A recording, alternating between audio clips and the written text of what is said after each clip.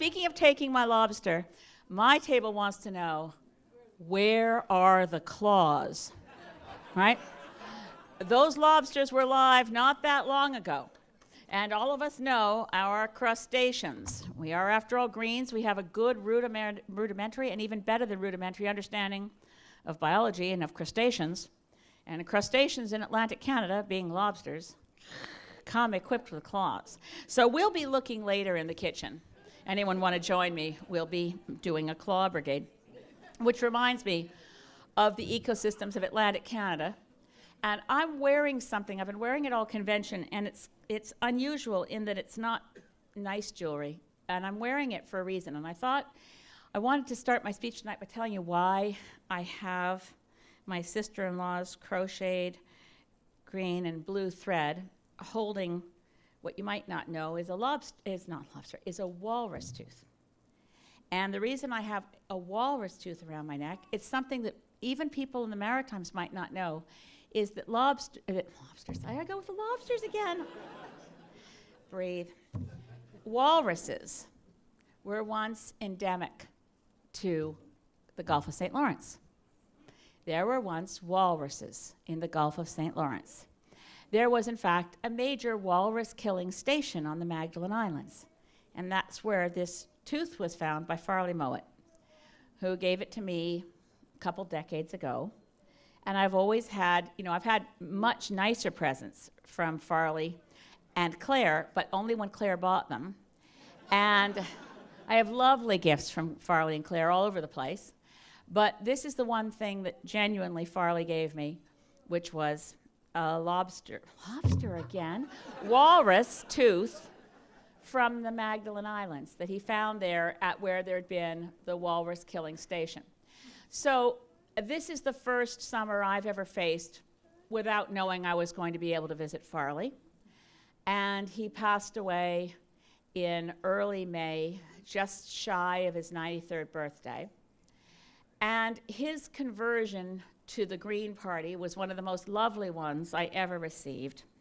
He initially, when I told him, because he was one of my best friends if you didn't know, and he told me, well, when I first told him that I'd decided to leave the Sierra Club of Canada to join the Green Party, to run for leadership of the Green Party, to go into politics, because I was so concerned about what Stephen Harper was likely to begin to do to Canada, and this was in the spring of 2006.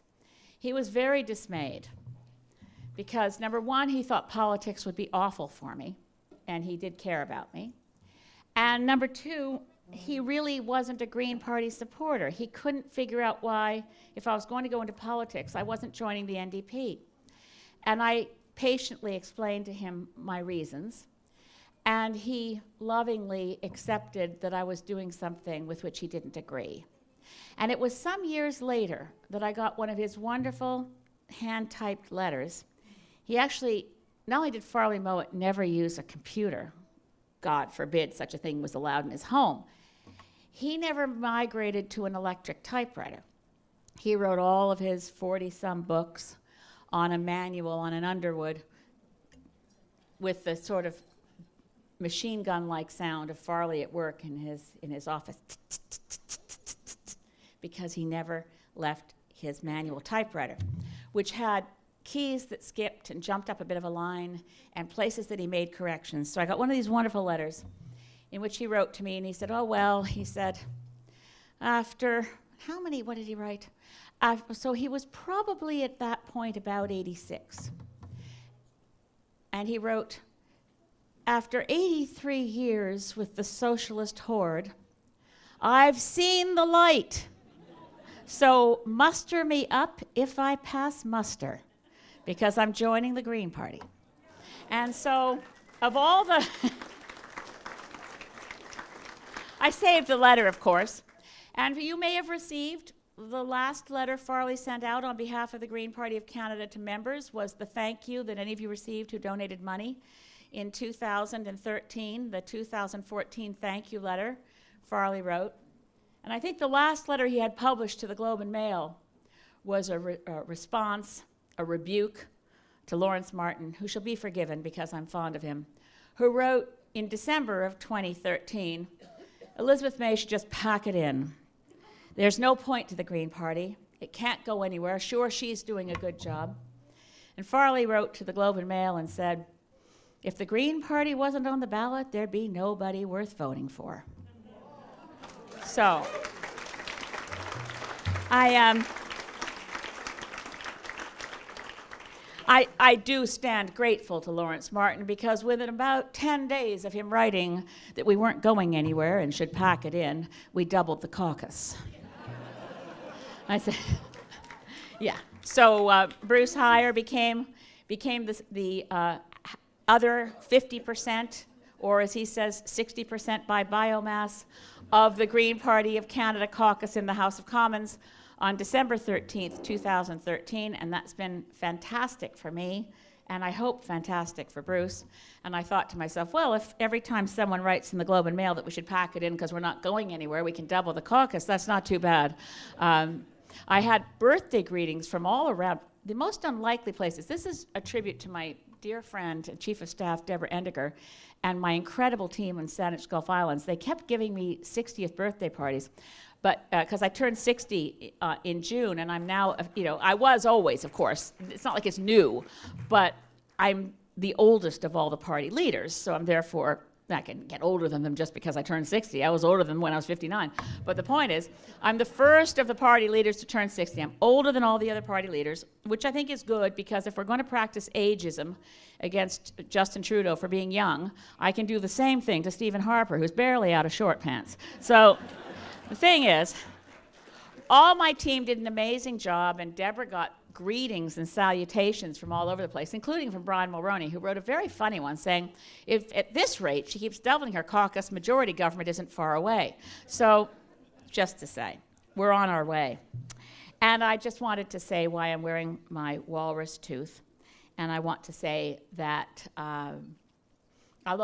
missing Farley a great deal, and thinking about the natural world and how few voices there are for it. I don't know about you, but when Farley died in May, suddenly the national media allowed his voice to be heard again.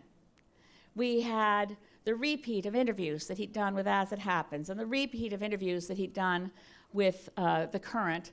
His last national radio interview was attacking Parks Canada for deciding people should remain connected to their Wi-Fi while they're in national parks.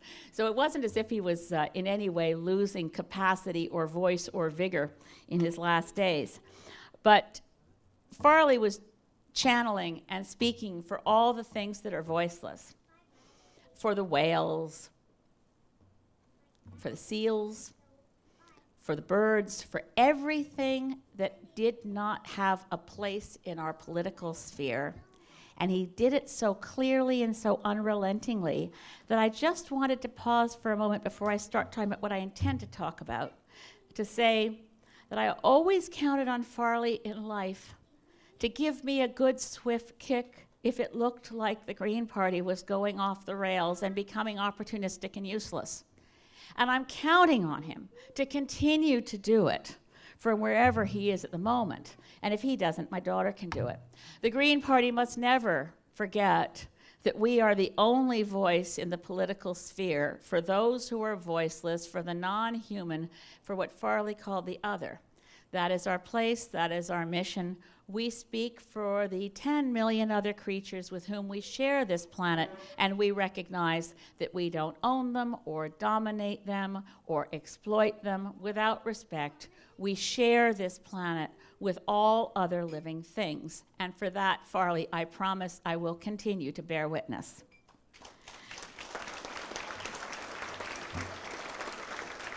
Now,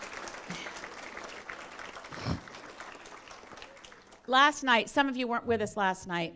The room is more full than it was before, and which is a shame because you all should have heard Brenda Sayers from the Hoopachasset First Nation, Vancouver Island, who talked about the bravery of that First Nation of 300 people in standing up against the Canada-China Investment Treaty. Brenda, where are you? Can you stand up? I think you're way over there, and I can't see you behind the pillar. Brenda.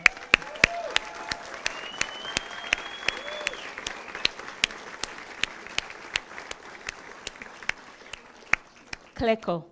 Thank you, Brenda. The thing I wanted to say is Her speech was so fantastic. If you missed it, I hope we're going to have it online somewhere that people can watch it. I know we live streamed it at the time. But she repeated a couple of things like a mantra through the speech. We need to put things back in order, the way it used to be.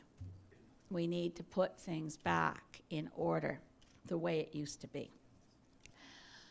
This morning we had a quite extraordinary panel of brilliant speakers of great depth of knowledge and understanding about the loss of evidence, as Holly put it, Holly Dressel put it, I think, the dumbing down of discourse and the destroying of evidence.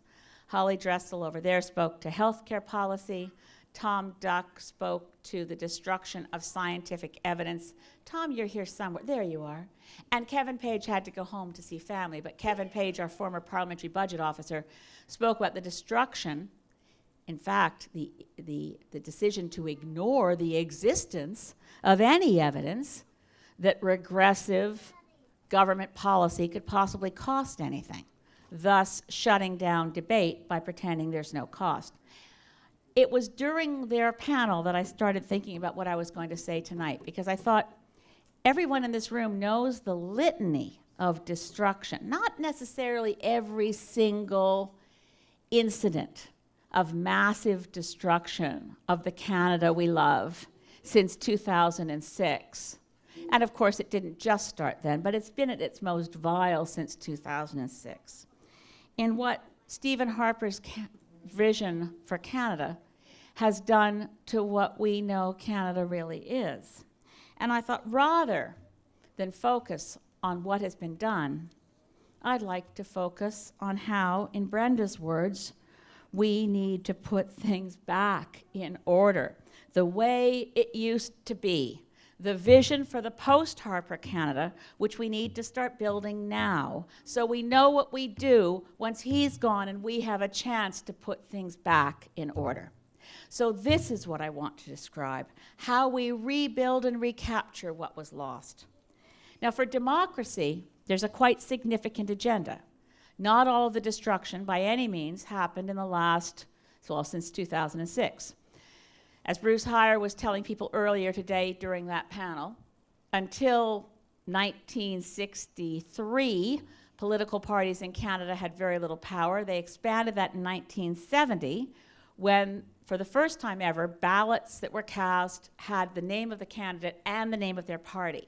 That was a first, because up till then, people running for parliament ran to represent their constituents and ran on the strength of their own name, not as mere branded, copyrighted replicas of whatever their leader tells them to say. So up until 1970, candidates for parliament ran on their own name. And after that, it was a change that was made under Pierre Trudeau. The name of the party appeared next to the candidate, and that required the leader's signature to say, this candidate is okay with me, which created the first time that a leader of a political party had the power to say, if you don't toe the line, you're not running. If you cross me, I will throw you out of caucus, and you will have no chance of being reelected, and you will have no support, and you will have no resources. So the power of political parties has been growing exponentially, sort of like a malignant tumor on the body politic. And it's been a real threat to democracy for a long time. But I don't think we were paying enough attention. So in rebuilding and restoring the order of things, we have to rebuild democracy. And that starts with a couple of things that Kevin Page suggested this morning. We need to restore to Parliament the power to control the public purse. This may sound like a rather arcane concept, but it's pretty basic. Parliament controls the public purse, which means every parliamentarian, which means every Canadian, has a right to see the numbers, has a right to know what the implications of government decisions will be on the numbers of scientists working at Environment Canada, or the number of people working in parks, or the people who are working in food inspection agencies. We have a right to that information, and we have a right to know. And as a parliamentarian, as an MP, I can tell you right now, we don't have any of that information. And Kevin Page mentioned this morning that he, as parliamentary budget officer, had actually gone to court to get that information, and he won. Federal court said that's right. Parliamentary budget officer has a right to see the numbers, to know what are the implications of all these cuts, what services were cut, what numbers were cut, who got cut. And even though the federal court ruled that the parliamentary budget office and every MP had the right to that information, to this day it's not been turned over because the deputy ministers and all the different departments say they won't. So that's a pretty fundamental principle. Parliament controls the public purse, and a first course of restoring democracy is to restore that principle. And just as important, actually probably more important, is that the Prime Minister reports to Parliament and not the other way around.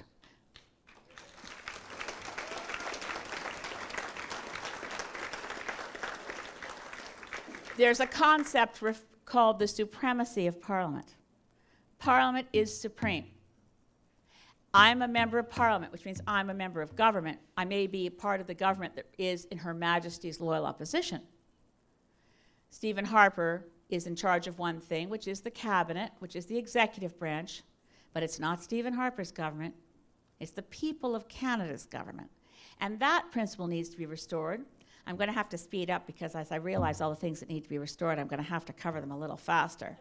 But absolutely fundamental to a healthy democracy is understanding that in Westminster parliamentary democracy, all MPs are equal, and the Prime Minister is first among equals.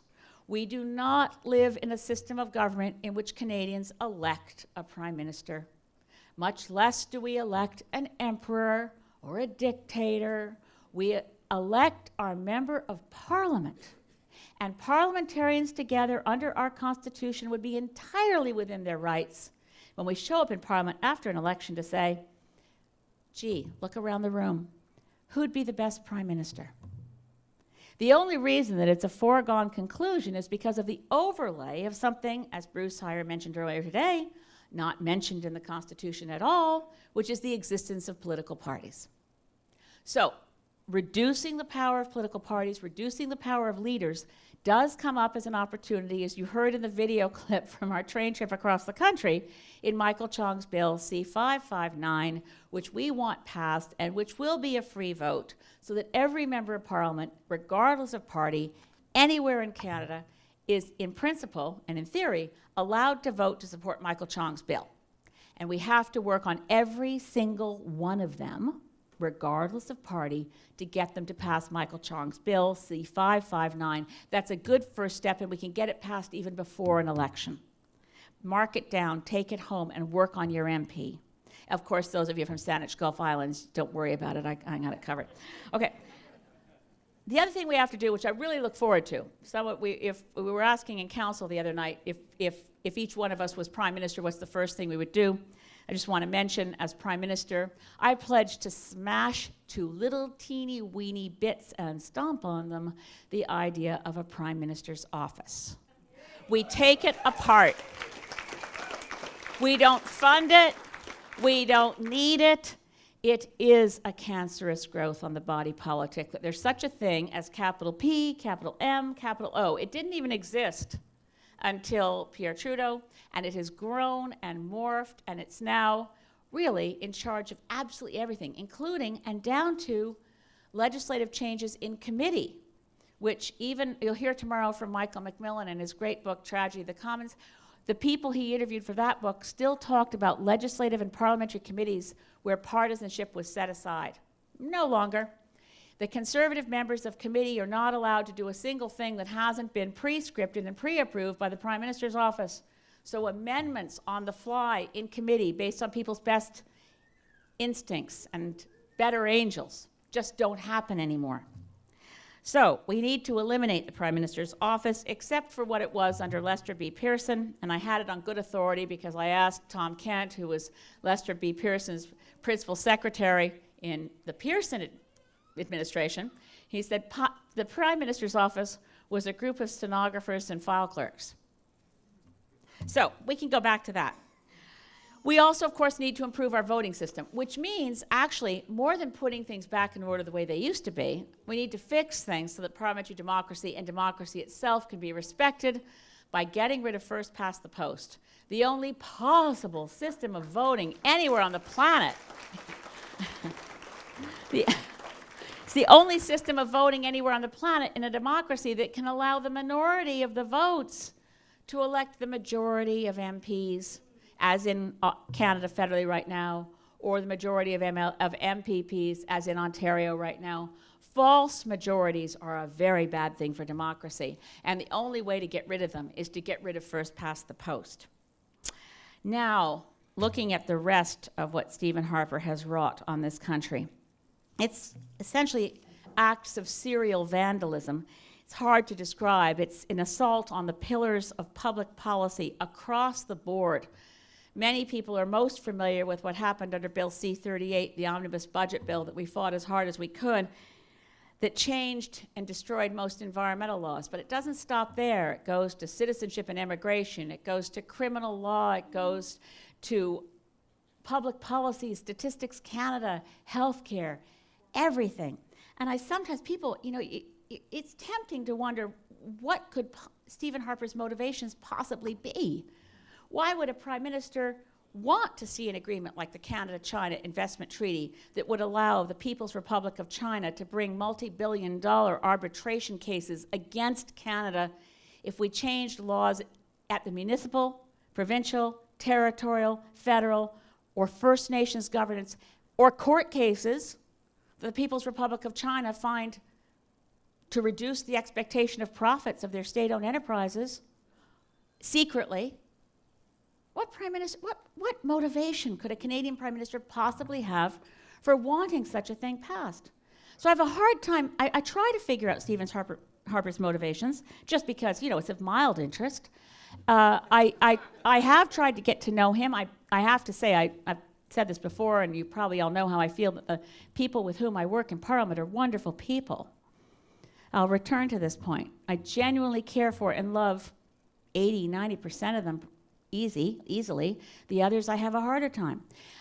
So what could be the motivation? It occurred to me the other day that the extent of destruction that Stephen Harper has visited on public policy, the old metaphor of the bull in the china shop came to me. But yeah, it's like a bull in a china shop. Well, bulls in china shops don't have motivation. A bull simply can't get through a china shop without smashing absolutely everything. And it may be that Stephen Harper has no larger plan except that he likes destroying things. Maybe he thinks when he's absolutely broken everything in Canada, it will be in the state he hopes for. I don't know what his motivations are, but I know we got a lot of work to fix what he's done. So starting with what we need to fix, I've been trying to figure out if it's a national recovery strategy or a healing and renewal program.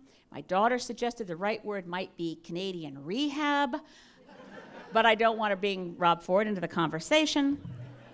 We will need a massive citizen mobilization on the order of what any nation does when it emerges from a period of conflict and war and destruction and needs to rebuild a healthy society for a peacetime economy.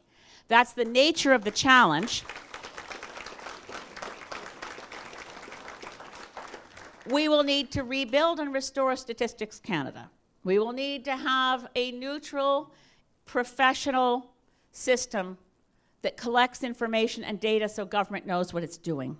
In my fondest wish, we would recruit Munir Sheikh, one of the great heroes of our civil service, who was born in an orphanage in Pakistan, studied at Oxford, came to Canada as a statistician, with the goal of achieving the highest possible professional accolades of a statistician to head Statistics Canada, and who resigned on principle when his minister lied and said that no one in Statistics Canada warned them that destroying the long-form census would mean we couldn't collect the data we need to make decisions. A brave, brave human being.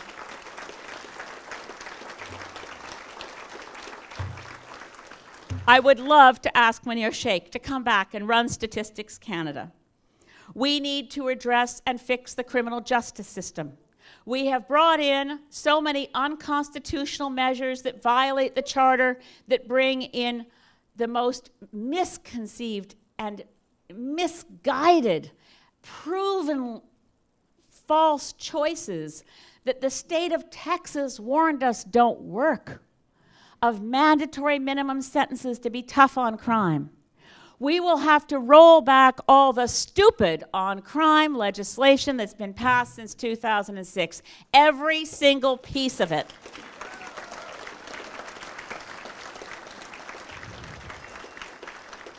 And we'll have to rebuild the Law Reform Commission, which was destroyed and eliminated in 2006. We'll have to bring back the Court Challenges Program so that marginalized groups and disadvantaged peoples can afford to go to court to prove their charter rights.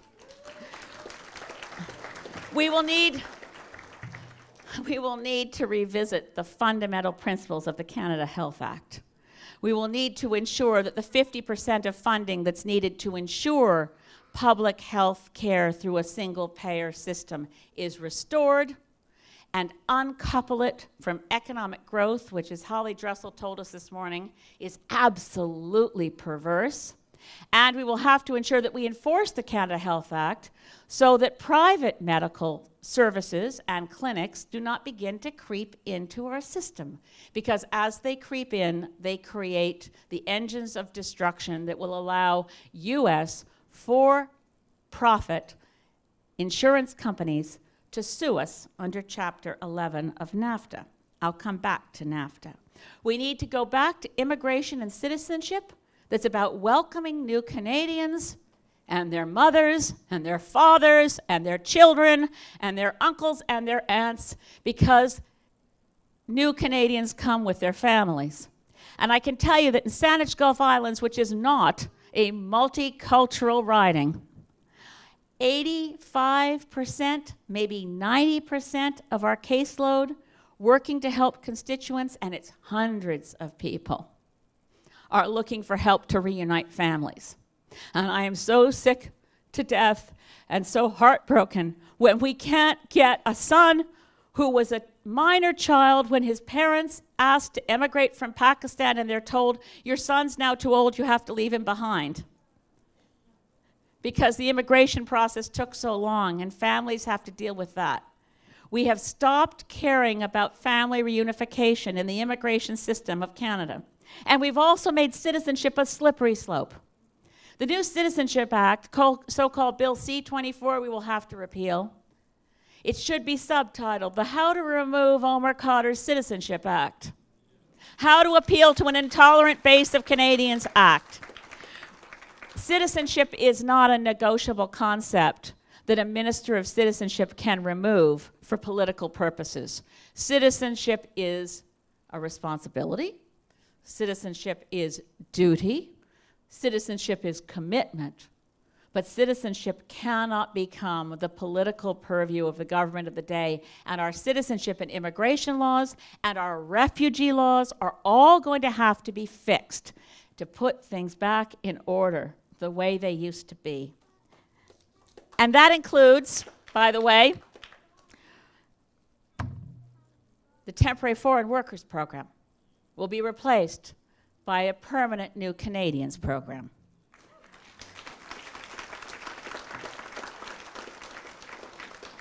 And then the destruction of Bill C-38.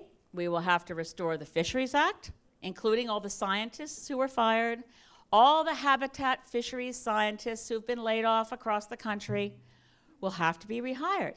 And we'll have to have a Fisheries Act that protects fisheries habitat. And we're going to have to restore the Navigable Waters Protection Act. This was an amazing one. You know, Bill C-38 reached back not to just destroy all the environmental laws that were passed under the radical leftist regime of Brian Mulroney. They went right back to remove the laws passed by Sir John A. Macdonald. The Navigable Waters Protection Act, where 98% of the navigable waters of inland Canada have been removed. We'll have to put them back. We'll have to restore the Fisheries Act, which was also passed under Sir John A. Macdonald. We're going to have to rebuild the Canadian Environmental Assessment Act, which was repealed. And we're going to have to build a better act in its place, because frankly, I never thought the Canadian Environmental Assessment Act was all that good until they killed it. Then we have to fix the National Energy Board Act, because they actually changed the National Energy Board Act to say that wherever a pipeline runs, I don't know if you know this one, in C-38, wherever a pipeline runs, the Species at Risk Act does not apply. And we're going to have to restore the National Roundtable on Environment and Economy. We should rehire and reestablish the position of the science advisor to the Prime Minister. And I also think we will continue with the policy resolution we passed earlier today, which still needs to be ratified by the membership, I know, of a parliamentary science officer. There's a lot to rebuild and restore. We need to ensure, and of course this one can't wait till after the next election, we need to keep begging Conservative members of Parliament across the country, because they're the ones with the power on this, to make sure that the Canada-China Investment Act is not ratified. And thanks to the Hoopa-Chassett First Nation, if they have to keep going to court to stop this agreement from being ratified, we have to keep donating to that case to make sure that if they have to go all the way to the Supreme Court of Canada, they have that right, and they are fully supported, because they are fighting the case and they are fighting the fight for all Canadians, because the Canada-China Investment Act is quite simply the greatest threat to Canadian sovereignty since 1867.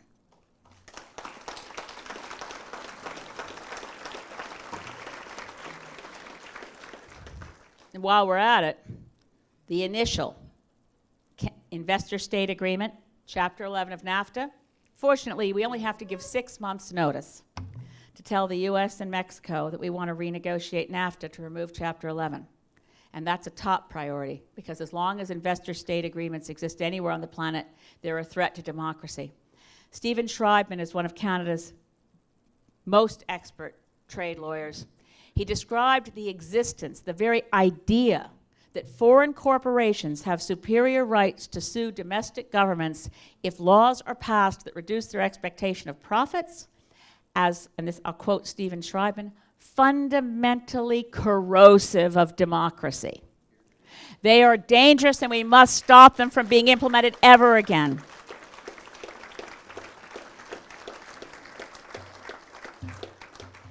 We need a climate plan.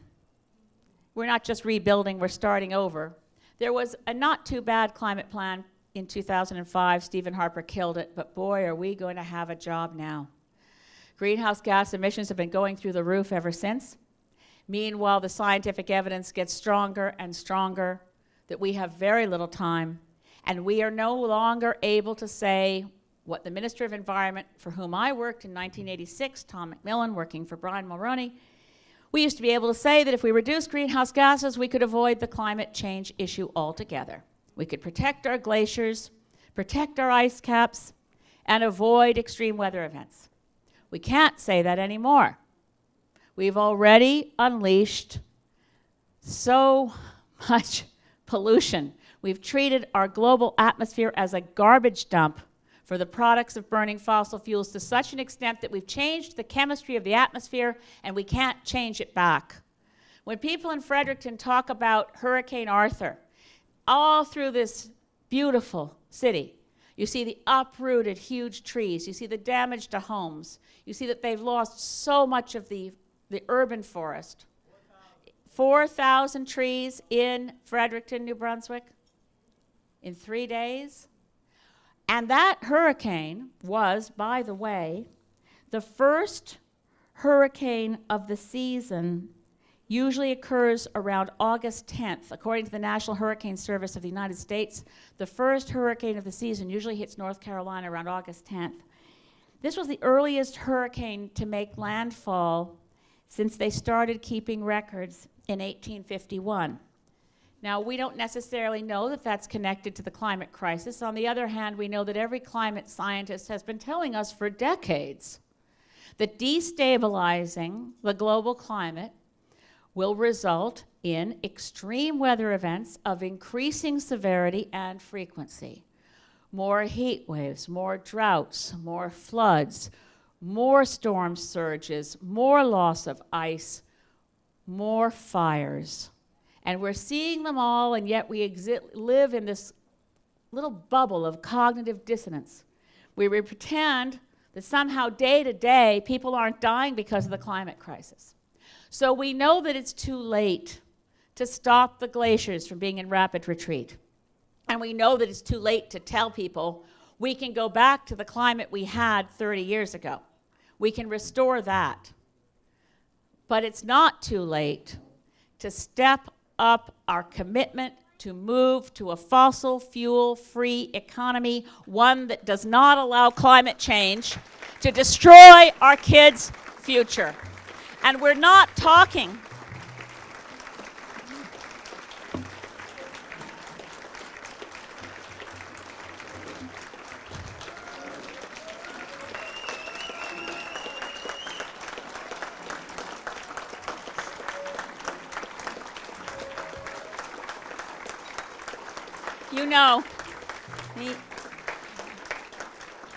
you know in this room that we're talking about a clear and present danger, a national security threat that eclipses anything else that obsesses the militaristic instincts of someone like Stephen Harper, who wants to describe Canada as a warrior nation.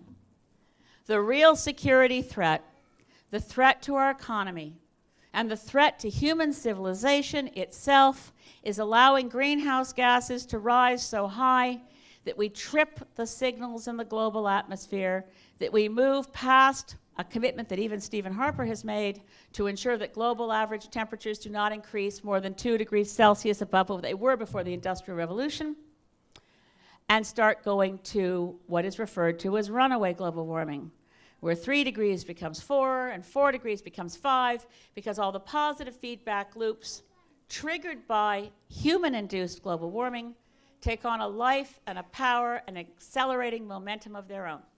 We still have time to avoid that, and for that reason, if for no other reason, we have to elect a lot more Green members of Parliament so that we can enforce a climate plan that works.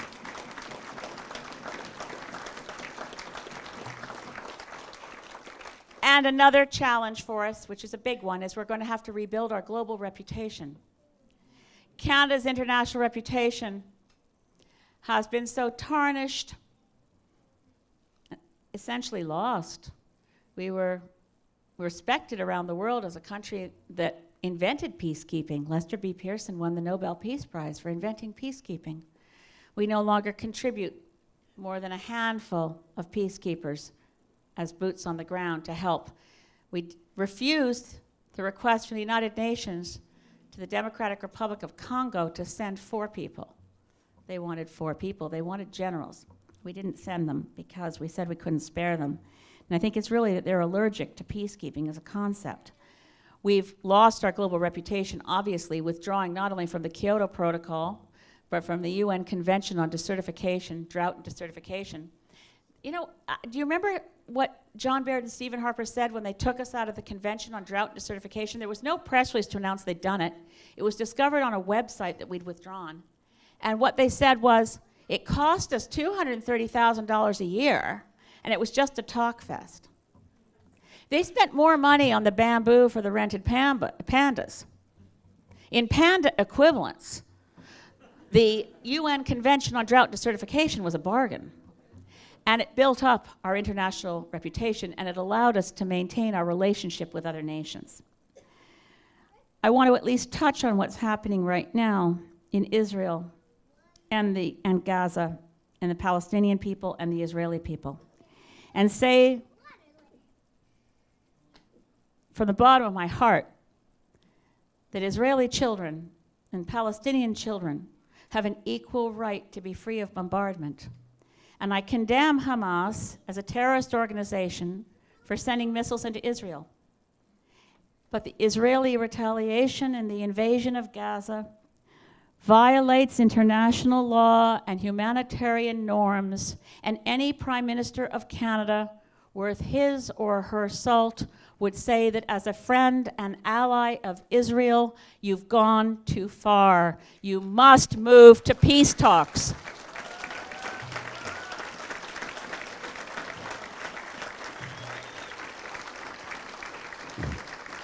Now, this is a big agenda for Canada's rehabilitation and restoration as a country that we know and love and respect. We are going to have to rebuild the CBC. We're going to have to invest in public broadcasting. We're going to have to make sure we have documentaries. I mean, documentaries are dangerous if you don't want democracy.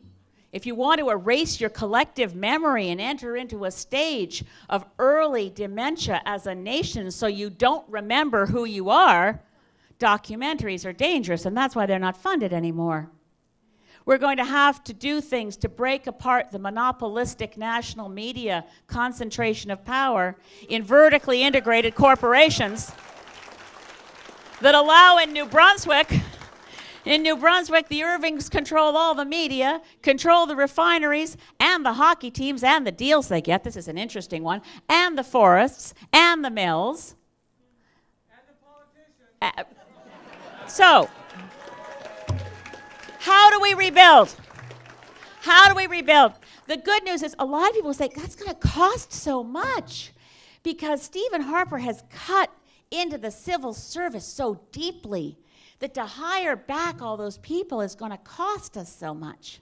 So here's where I'm going to share some good news, some empirical good news. Here's the secret.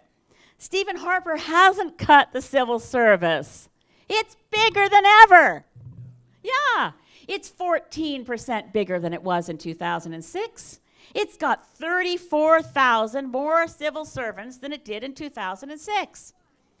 You can guess they're not in Environment Canada, and they're not at Fisheries and Oceans. They are in, there's a big increase in the bureaucracy, not the soldiers, not our military, but the bureaucracy at DND, Corrections Canada, Public Safety Office, it went up by over 52%. One of the big increases, which is interesting, is in what's called Information Service Officers. They've gone up by 15%. Because their job is to go to international scientific conferences and follow around our researchers and scientists and make sure they make no unauthorized utterances to media. 15. So we can reallocate resources within the existing operation of the Government of Canada. Former General Andrew Leslie did a study for the Department of National Defense to figure out how it could rationalize that and discovered that his recommendations, they could save billions if they stopped employing external consultants for advice to DND. I think that's a good one. So we know there's places to save. And we know another one that's unusual. We think that the spending on science has gone way down. So how are we going to restore the spending on science and research? So more good news. Spending on science has not gone down. Just the kind of science that we are funding that has changed. So current spending on science and research must, according to Budget 2012, be, quote unquote, business-led and industry relevant. So that's why there's no science, there's no money for climate, there's no money for ozone, there's no money for freshwater science or fisheries or anything like that, because they've decided that it's not business-led and industry relevant, but the money's still there.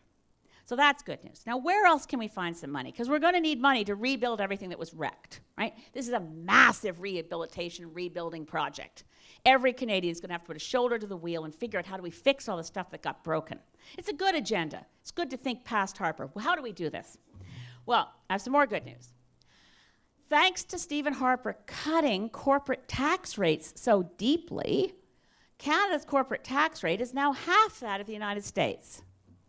It's the lowest in the industrialized world. So Mark Carney, another radical leftist, the former governor of the Bank of Canada, started calling it dead money, referring to the amount of money in excess profits that's no longer taxed, that corporations are not, a la the Harper speak, going to job creators. They are not creating jobs. Where is this money going? It's sloshing around in the bank accounts of corporations in Canada. Mark Carney called it the dead money. How much dead money is there? Well, it's more good news. There's $600 billion of dead money sloshing around at the moment in the bank accounts of our corporations because we stopped taxing them. That's the equivalent of 32% of our GDP. I mean, billions, you can lose track of billions easily, but I can promise you that's an awful lot of money. Now, we don't need to tax all of it, not by any means, but we could say, peg our tax rate for corporations that are making money at, say, the mid-range of OECD industrialized countries. That'd give us a lot of resources to rebuild everything that was wrecked when the bull walked through the china shop. So I say to the dead money, and this is one of my hallelujah moments, right? Dead money. I'm going to stand outside the tomb and, like Lazarus, ask you to stand up and walk. Run, if you will. Create jobs, move across the country. We will use that dead money. We will revitalize that dead money. We will raise that money from the dead, and it will rise from the tomb and help us do all the things we have to do to rebuild Canada. So, amen. So, one last little thought, and I know I've spoken longer than I intended to, and I'm sorry if I've gone on too long, but there's one thing that I think we need to tell Canadians, because in order to do this, in order to implement a rebuilding agenda, we can't just trust to the other leaders of the other parties. They're nice people, and they're from nicer parties potentially, although I have to say there's a ton of really lovely conservatives who are entrapped in the system in which they find themselves. But there are also a lot of lovely liberals and New Democrats who can't say anything they really believe either. So here's what we need to do. We need to make sure that we communicate to Canadians between now and Election Day that their best bet to rebuild the kind of Canadian society that we know and love, to rebuild the kind of Canada that we would even recognize as Canada, and to respect First Nations and implement the wonderful decision from the Supreme Court of Canada, which says that First Nations rights and title are, in the words of our Chief Justice, and let's just think how wonderful it is that we have a Supreme Court, and how extraordinarily offensive it is to have a Prime Minister who attacks the Chief Justice of our Supreme Court. But in the words of Beverly McLaughlin, God bless her, Chief Justice of the Supreme Court of Canada, a unanimous decision, she said, Aboriginal title is what it is. It's title. It's title. So, to rebuild Canada in a spirit of reconciliation, of honest reconciliation with the First Nations people and the Métis and the Inuit in this country, to rebuild this country knowing that as Canadians we have more in common than in the difference, to end the politics of division that wants to turn Albertans against British Columbians and Maritimers against Ontarians, to say we're all one country together. And we really have a lot in common. We share common values, and our roots go deep, and we love this country, and we're going to rebuild it. We're going to start together, and we're going to do it after the next election. To do that, Parliament has to change. The ingredients of Parliament have to change. We need Greens in the mix, much more than one or two. We need 12, 14, 15, 30. We need enough Green MPs that at the end of the next election, when there's a minority parliament, we don't do what parties usually do in a minority parliament, is sit back and strategize how to attack each other until the next election. We figure out how to work together to start fixing everything that's been broken. And to do that, there's no other party except the Green Party of Canada that will go into the next parliament committed to negotiating with the other parties to get a real climate plan and to eliminate first past the post. We're the only ones committed to ensuring that we work together.